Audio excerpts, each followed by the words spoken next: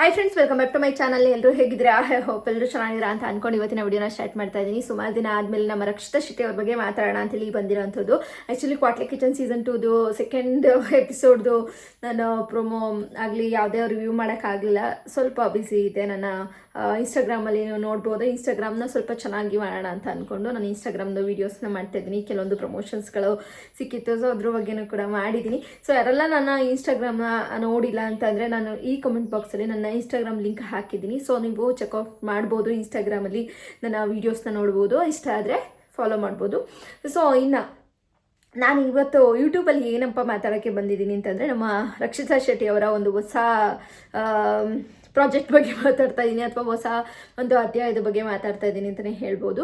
ಏನಂದರೆ, ನಮ್ಮ ರಕ್ಷಿತಾ ಶೆಟ್ಟಿ ಹಾಗೆ ರಾಘವೇಂದ್ರ ಅವರು, ನಿಮ್ಗೆ ಗೊತ್ತೇ ಇರುತ್ತೆ, ನಮ್ಮ ಗಿಲಿ ರಾಘವೇಂದ್ರ ಅವರು ಇದ್ದಾರಲ್ಲ.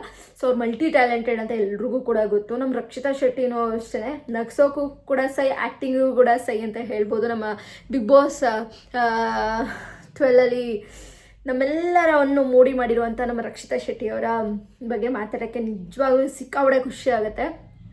ಸೊ ಅವರು ಬಿಗ್ ಬಾಸ್ 12 ಮುಗಿದ ಮೇಲೆ ಏನೆಲ್ಲ ಒಂದಲ್ಲ ಒಂದು ಪಾತ್ರದಲ್ಲಿ ಬರ್ತಾನೆ ಇದ್ದರು. ಮಾಡೋರ ಜೊತೆ ಡ್ಯಾನ್ಸ್ ಮಾಡೋದ್ರ ಜೊತೆಗೆ ರೀಲ್ಸ್ಗಳನ್ನ ಹುಡ್ತಾ ಇದ್ವಿ.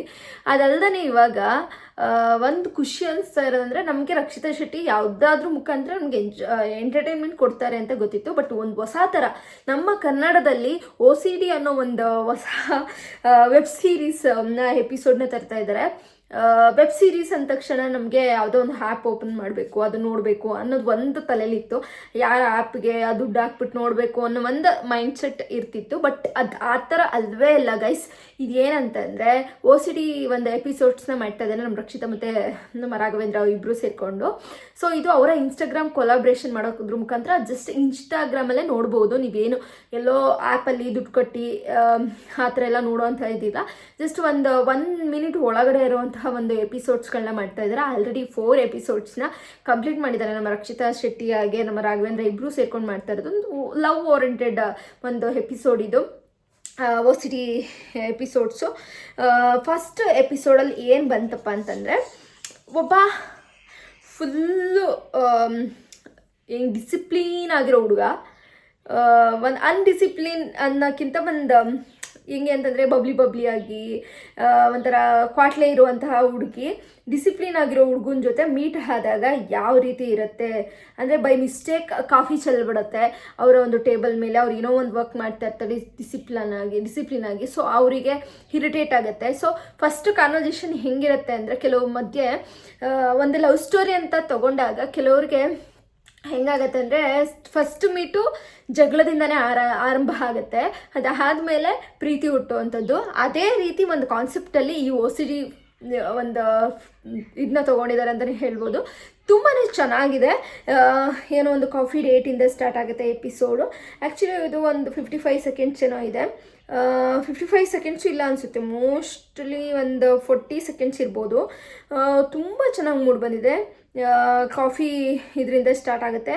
ನೆಕ್ಸ್ಟ್ ಒಂದು ಎಪಿಸೋಡು ಅಲ್ಲಿಂದ ಎಲ್ಲಿ ಕ್ಲೋಸ್ ಆಗಿತ್ತೋ ಅಲ್ಲಿಂದನೇ ಮತ್ತೆ ಸೆಕೆಂಡ್ ಎಪಿಸೋಡ್ಸ್ ಕೂಡ ಸ್ಟಾರ್ಟ್ ಆಗುತ್ತೆ. ಅಲ್ಲಿ ಅವರ ಒಂದು ಕೊಲೀಗ್, ಅಂದರೆ ಏನೋ ಒಂದು ಆಫೀಸಲ್ಲಿ ವರ್ಕ್ ಮಾಡುವಂಥ ಒಂದು ಕೊಲೀಗ್ ಆಗಿರ್ತಾರೆ ರಾಘವೇಂದ್ರ ಅವರು. ಸೊ ಅವರು ತುಂಬ ಡಿಸಿಪ್ಲೀನ್ ವ್ಯಕ್ತಿ ಆಗಿರ್ತಾರೆ. ಬಟ್ ನಮ್ಮ ರಕ್ಷಿತಾ ಅವರು ಫೋನಲ್ಲಿ ಮಾತಾಡ್ಕೊಂಡು ಬರ್ತಾ ಇರ್ತಾರೆ. ಒಂಥರ ಬಬ್ಲಿಯಾಗಿ ಒಂದು ಹುಡುಗಿ ಹೆಂಗಿರ್ತಾಳೆ ಅಂತಂದರೆ, ಅನ್ಡಿಸಿಪ್ಲಿನ್ ಅನ್ನೋದಕ್ಕಿಂತ ಆರಾಮಾಗಿ ಲೈಫ್ನ ಲೀಡ್ ಮಾಡೋ ಅಂಥ ಒಂದು ಕ್ಯಾರೆಕ್ಟರ್ ಬೇರೆ, ಒಂದು ತುಂಬ ಡಿಸಿಪ್ಲೀನಾಗಿ ಮಾಡುವಂತಹ ಒಂದು ಕ್ಯಾರೆಕ್ಟರ್ ಬೇರೆ. ಸೊ ಎರಡೂ ಕೂಡ ಒಂದೇ ಆಫೀಸಲ್ಲಿ ಇರ್ತಾರೆ. ಸೊ ಒಂದು ಆಫೀಸ್ ಅನ್ನೋದಕ್ಕಿಂತ ಒಂದು ಕಾಫಿ ಶಾಪಲ್ಲಿ ಅವರು ಮೀಟ್ ಆಗುವಂಥದ್ದು. ಚೆನ್ನಾಗಿದೆ first second episode. But short ಆಗಿದೆ, ಬಟ್ ಚೆನ್ನಾಗಿದೆ ಅಂತ ಅನಿಸುತ್ತೆ. ಮೀಟಿಂಗ್ಸ್ ಇರುತ್ತೆ. ಡೆಡ್ಲೈನ್ಸ್ ಹತ್ರ ಬರ್ತಾ ಇದೆ ಕಾರ್ತಿಕ್.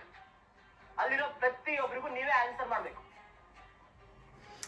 ಆ್ಯಕ್ಚುಲಿ ಇದು ಓ ಸಿ ಡಿ ಬಗ್ಗೆ ಮಾತಾಡೋದು ಬೇಡ. ಆ್ಯಕ್ಚುಲಿ ಇಬ್ಬರ ಒಂದು ನಾನು 4 ಎಪಿಸೋಡ್ನೂ ಕೂಡ ನೋಡಿದಾಗ ಏನನ್ನಿಸ್ತು, ತುಂಬ ನಮ್ಮ Rakshitha Shetty just for a ಕಾಮಿಡಿಗೆ ಮಾತ್ರ ಅಲ್ಲ, ತುಂಬ ಚೆನ್ನಾಗಿ ಆ್ಯಕ್ಟಿಂಗ್ ಮಾಡ್ತಾರೆ ಅಂತ ಗೊತ್ತು. ಅದರಲ್ಲಿ ಎಲ್ಲೂ ಕೂಡ ನಮಗೆ ಆ್ಯಕ್ಟಿಂಗ್ ಮಾಡ್ತಾರೆ ಅಂತ ನಿಜವಾಗ್ಲೂ ಅನ್ನಿಸ್ತಾನೆ ಇಲ್ಲ. ನ್ಯಾಚುರಲ್ ಆ್ಯಕ್ಟಿಂಗ್ ಇದೆಯಲ್ಲ, ಅದು ನಂಗೆ ಸಿಕ್ಕಾಬಡೆ ಇಷ್ಟ ಆಯಿತು ನಮ್ಮ ರಕ್ಷಿತಾ ಶೆಟ್ಟಿ ಅವರು. ಅಷ್ಟಿಲ್ದೇ ಬಿಗ್ ಬಾಸ್ 12 ಹೋಗಿ ಅವರು ವಿನ್ ಆಗೋಕ್ಕೆ ಸಾಧ್ಯ ಇಲ್ಲ. ಎಂಟರ್ಟೈನ್ಮೆಂಟ್ನ ಕೊಡ್ತಾರೆ ಅನ್ನೋದಕ್ಕಿಂತ ನ್ಯಾಚುರಲ್ ಆಗಿ ಎಲ್ಲದನ್ನು ಕೂಡ ತುಂಬ ಈಸಿಯಾಗಿ ತಗೋತಾರೆ. ಚೆನ್ನಾಗಿ ಆ್ಯಕ್ಟಿಂಗ್ ಮಾಡಿದ್ದಾರೆ. ಅದು ಆ್ಯಟಿಟ್ಯೂಡ್ ಎಲ್ಲಿ ತೋರಿಸ್ಬೇಕಲ್ಲ ಆ್ಯಟಿಟ್ಯೂಡ್ ತೋರಿಸ್ತಾ ಇದ್ದಾರೆ, ಎಲ್ಲಿ ಜಾಸ್ತಿ ಆ್ಯಕ್ಟ್ ಮಾಡಬೇಕು ಅಲ್ಲಿ ಮಾಡ್ತಾರೆ. ತುಂಬ ಮಿನಿಮೈಸ್ ಆಗಿ ಎಷ್ಟಕ್ಕೆ ಎಷ್ಟು ಬೇಕೋ ಅಷ್ಟನ್ನು ಕೊಟ್ಟಿರೋದ್ರಿಂದನೇ ಈ ಒಂದು ಓ ಸಿ ಡಿ ಫಾರ್ಮ್ ನಿಜವಾಗ್ಲೂ ತುಂಬ ಚೆನ್ನಾಗಿ ಓಡ್ತಾ ಇದೆ. ಆ್ಯಕ್ಚುಲಿ ನೀವು ನೋಡಿಲ್ಲ ಅಂತಂದರೆ ನೋಡ್ಬೋದು. ಇಲ್ಲಿ ಸುಮಾರಷ್ಟು ಆ್ಯಕ್ಚುಲಿ ರೀಚ್ ತಗೋತಾ ಇದೆ. ಫಸ್ಟು ಎಪಿಸೋಡೇ 2 ಲ್ಯಾಕ್ ಸಮಥಿಂಗ್ ನೋಡಿದ್ದಾರೆ. ನೆಕ್ಸ್ಟ್ ಎಪಿಸೋಡು 560, ಸೆಕೆಂಡ್ ಎಪಿಸೋಡು ಕೂಡ ತುಂಬ ಚೆನ್ನಾಗಿ ಓಡಿದೆ. ಹಾಗೆ ಥರ್ಡ್ ಓ ಸಿ ಡಿನೂ ಕೂಡ ತುಂಬ ಚೆನ್ನಾಗಿ ಓಡ್ತಾ ಇದೆ. ಎಲ್ಲನೂ ಆಲ್ಮೋಸ್ಟ್ 1 ಮಿಲಿಯನ್ ಹತ್ತಿರ ಓಡೋ ಅಂಥ ಚಾನ್ಸಸ್ ತುಂಬ ಇದೆ ಆ್ಯಕ್ಚುಲಿ. ಯಾಕೆ ಅಂತಂದರೆ ಇಲ್ಲಿ ಟೈಮ್ ಲಿಮಿಟು ಕೂಡ ಕಮ್ಮಿ ಇದೆ. ಮತ್ತು ಒಂದು ಒಳ್ಳೆ ಇದನ್ನು ತೊಗೊಂಬಂದಿದ್ದಾರೆ, ಒಂದು ಲವ್ ಸ್ಟೋರಿ. ಅಂದರೆ ಸ್ಟಾರ್ಟಿಂಗ್ ಒಂದು ಜಗಳದಿಂದ ಸ್ಟಾರ್ಟ್ ಆಗುವಂಥ ಒಂದು ಲವ್ ಸ್ಟೋರಿನ ತೊಗೊಂಬಂದಿರೋವಂಥದ್ದು. ಹೇಳಬೇಕು ಅಂತಂದರೆ ರಕ್ಷಿತಾ ಅವ್ರಿಗೆ ಮೇಕಪ್ ಇರ್ಬೋದು, ಆ ಒಂದು ಆ್ಯಕ್ಟಿಂಗ್ ಇರ್ಬೋದು, ಆ ಒಂದು ಡ್ರೆಸ್ ಏನು ಕಾಸ್ಟ್ಯೂಮ್ ಇರ್ಬೋದು, ಎಲ್ಲವೂ ಕೂಡ ತುಂಬ ಚೆನ್ನಾಗಿದೆ. ಅವರ ಒಂದು ರಾಘವೇಂದ್ರ ಮತ್ತು ನಮ್ಮ ರಕ್ಷಿತಾ ಜೋಡಿ ತುಂಬ ಚೆನ್ನಾಗಿ ಕಾಣಿಸ್ತಾ ಇದೆ ಈ ಓ ಸಿ ಡಿ ಒಂದು ಎಪಿಸೋಡ್ಸಲ್ಲಿ. ನಿಜವಾಗ್ಲೂ ಖುಷಿ ಆಗುತ್ತೆ, ಒಂಥರ ಎಂಟರ್ಟೈನ್ಮೆಂಟಿಗಾಗಿರುತ್ತೆ. ಒಂದು ಒಳ್ಳೆ ಐಡಿಯಾ ಅಂತಲೇ ಹೇಳ್ಬೋದು. ಟಾಲಿವುಡಲ್ಲೆಲ್ಲ ಅಂದರೆ ನಾನು ಜಾಸ್ತಿ ಹಿಂದಿಯಲ್ಲಿ ನೋಡ್ತಾ ಇದ್ದೆ, ಹಿಂದಿ ತೆಲುಗು ಅಲ್ಲಿ ಈ ಥರ ಓ ಸಿ ಡಿ ಇನ್ಸ್ಟಾದಲ್ಲಿ ಅಥವಾ ಶಾರ್ಟ್ ಆಗಿ ಬರೋವಂಥದ್ದು. ಬಟ್ ಈಗ ನಮ್ಮ ಕನ್ನಡದಲ್ಲೂ ಕೂಡ ಈ ರೀತಿ ಓ ಸಿ ಡಿ ಎಪಿಸೋಡ್ಸ್ಗಳನ್ನ ತರ್ತಾರೆ, ಅಂದರೆ ಸಿಕ್ಕಾಪಟ್ಟೆ ಖುಷಿ ಇದೆ ಅಂತಲೇ ಹೇಳ್ಬೋದು. ನಿಜವಾಗ್ಲೂ ರಕ್ಷಿತಾ ಶೆಟ್ಟಿ ಮತ್ತು ರಾಘವೇಂದ್ರದ ಈ ಪ್ರಯತ್ನಕ್ಕೆ ನಿಜವಾಗ್ಲೂ ಒಂದು ಕಂಗ್ರ್ಯಾಚುಲೇಷನ್ಸ್ ಹೇಳಬೇಕು, ಥ್ಯಾಂಕ್ ಯು ಹೇಳಬೇಕು. ಜೊತೆಗೆ ಆಲ್ ದ ಬೆಸ್ಟ್ ಹೇಳೋಣ. ಇನ್ನೂ ಹೆಚ್ಚಿನ ಒಂದು ಈ ರೀತಿ ಓ ಸಿ ಡಿ ಎಪಿಸೋಡ್ಸ್ಗಳು ಬರ್ತಾ ಹೋಗಲಿ ನಮ್ಮ ಕನ್ನಡದಲ್ಲಿ.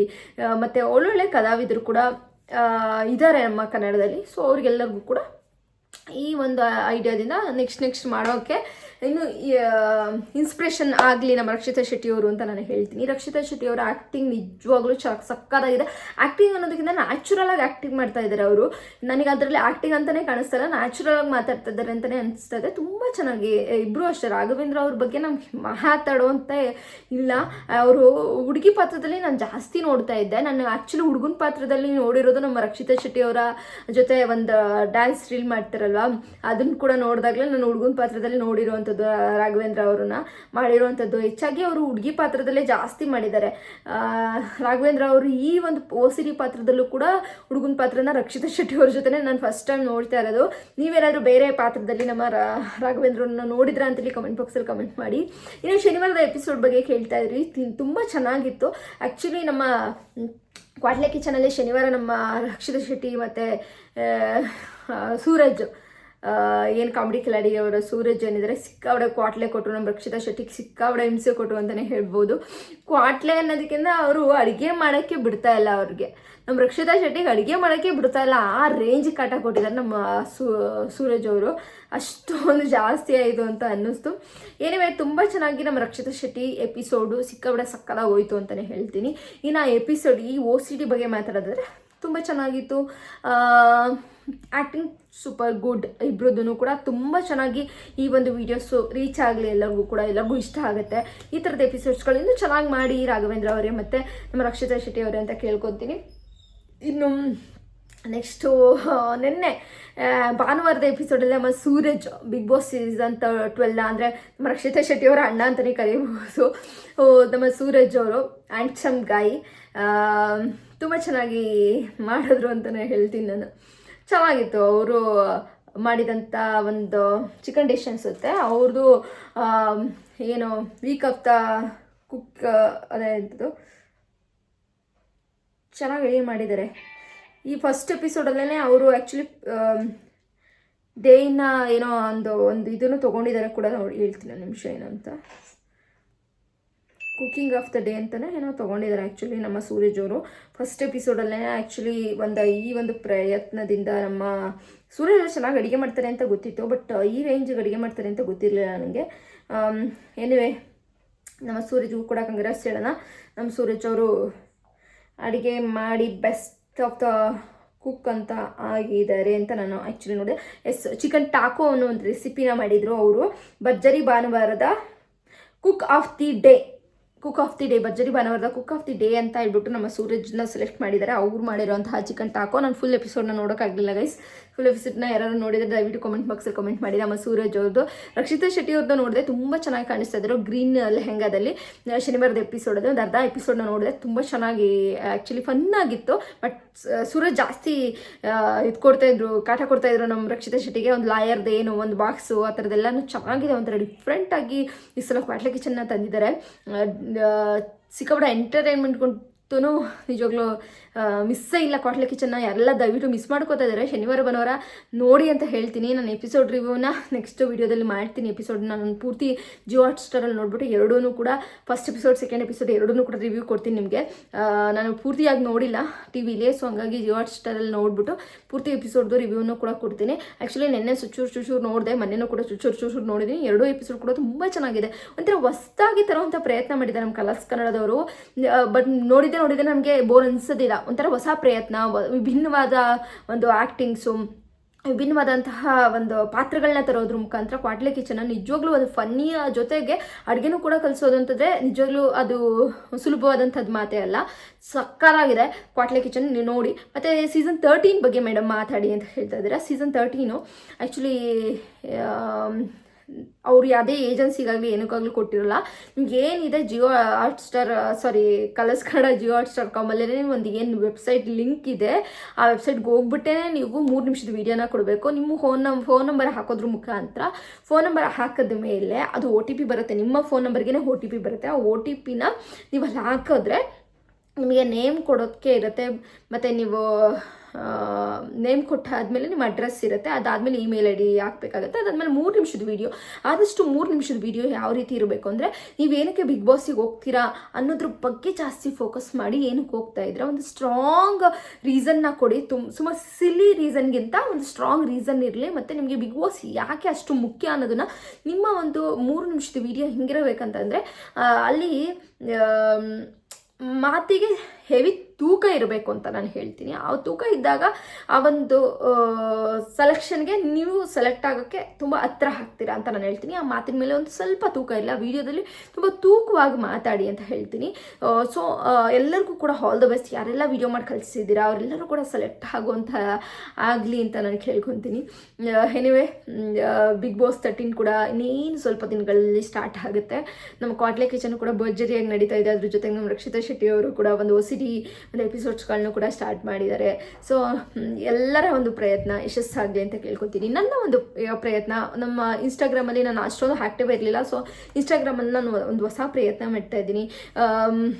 ಸೊ ದಯವಿಟ್ಟು ನನಗೆ ಕೂಡ ಏನು ನನ್ನ ಯೂಟ್ಯೂಬ್ ಚಾನಲ್ಗೂ ಕೂಡ ಸಪೋರ್ಟ್ ನೀಡಿದಂತೆ, ನನ್ನ ಇನ್ಸ್ಟಾಗ್ರಾಮ್ನಲ್ಲೂ ಕೂಡ ಒಂದು ಸ್ವಲ್ಪ ಸಪೋರ್ಟ್ನ ನೀಡೋದ್ರ ಮುಖಾಂತರ ನನಗೂ ಕೂಡ ಪ್ರೋತ್ಸಾಹಿಸಿ ಅಂತ ಕೇಳ್ಕೊತೀನಿ. ನನ್ನ ಇನ್ಸ್ಟಾಗ್ರಾಮ್ ID ಕೂಡ ನಾನು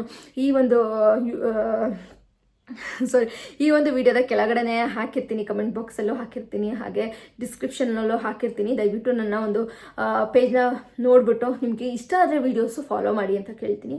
ಸೊ ಅದರಲ್ಲಿ ಕೆಲವೊಂದು ಪ್ರಮೋಷನ್ಸ್ಗಳೇ ಇರುತ್ತೆ. ನಮ್ಮ ಹೊಳೆನರಸೀಪುರದಲ್ಲಿ ಏನೆಲ್ಲ ಅದ್ಭುತಗಳಿರುತ್ತೆ, ಏನೆಲ್ಲ ಅದ್ಭುತವಾದ ಪ್ಲೇಸ್ಗಳಿರುತ್ತೆ, ನಿಮಗೆ ಕಾಣಿಸ್ತಿರುವಂತಹ ಪ್ಲೇಸ್ಗಳನ್ನ ನಾನು ತೋರಿಸೋಂಥ ಪ್ರಯತ್ನ ಮಾಡ್ತೀನಿ. ನಮ್ಮ ಹಾಸನ್ ಸರೌಂಡಿಂಗ್ ಅದೆಲ್ಲ ಹೊಸದಾಗಿ ಇರುವಂತಹ ಒಂದು ಕೆಲವೊಂದು ಪ್ಲೇಸ್ಗಳನ್ನ ಕವರ್ ಮಾಡುವಂಥ ಪ್ರಯತ್ನ ಮಾಡ್ತಾ ಇದ್ದೀನಿ. ಸೊ ನೀವು ಕಮೆಂಟ್ ಮಾಡಿ ಹಾಸನ್ ಮತ್ತು ಹೊಳೆನರಸೀಪುರದಲ್ಲಿ ಇರುವಂತಹ ಒಳ್ಳೊಳ್ಳೆ ಪ್ಲೇಸ್ಗಳಿಗೆ, ಯಾವ ಪ್ಲೇಸ್ಗಳಿಗೆ ವಿಸಿಟ್ ಮಾಡಬೇಕು ಅದ್ರ ಬಗ್ಗೆ ರಿವ್ಯೂನು ಕೂಡ ಕೊಡಬೇಕು ಅನ್ನೋದನ್ನು ದಯವಿಟ್ಟು ಕಮೆಂಟ್ ಬಾಕ್ಸಲ್ಲಿ ಕಮೆಂಟ್ ಮಾಡಿ. ಯಾರೆಲ್ಲ ಹೊಳೆನರಸೀಪುರದವ್ರು ನೋಡ್ತಾ ಇದ್ದೀರಾ, ಹಾಗೆ ಬೇರೆ ಬೇರೆ ಪ್ಲೇಸಿಂದ ನೋಡ್ತಾ ಇದ್ದೀರಾ ಅನ್ನೋದು ಕೂಡ ಕಮೆಂಟ್ ಬಾಕ್ಸಲ್ಲಿ ಕಮೆಂಟ್ ಮಾಡಿ. ಈ ವಿಡಿಯೋ ಇಷ್ಟ ಆದರೆ ಗೊತ್ತಲ್ಲ, ಲೈಕ್ ಮಾಡಿ, ಶೇರ್ ಮಾಡಿ. ನನ್ನ ಚಾನಲ್ಗೆ ದಯವಿಟ್ಟು ಸಬ್ಸ್ಕ್ರೈಬ್ ಮಾಡಿಕೊಂಡು ಸಪೋರ್ಟ್ ಮಾಡಿ ಗೈಸ್. ನಮಸ್ತೆ.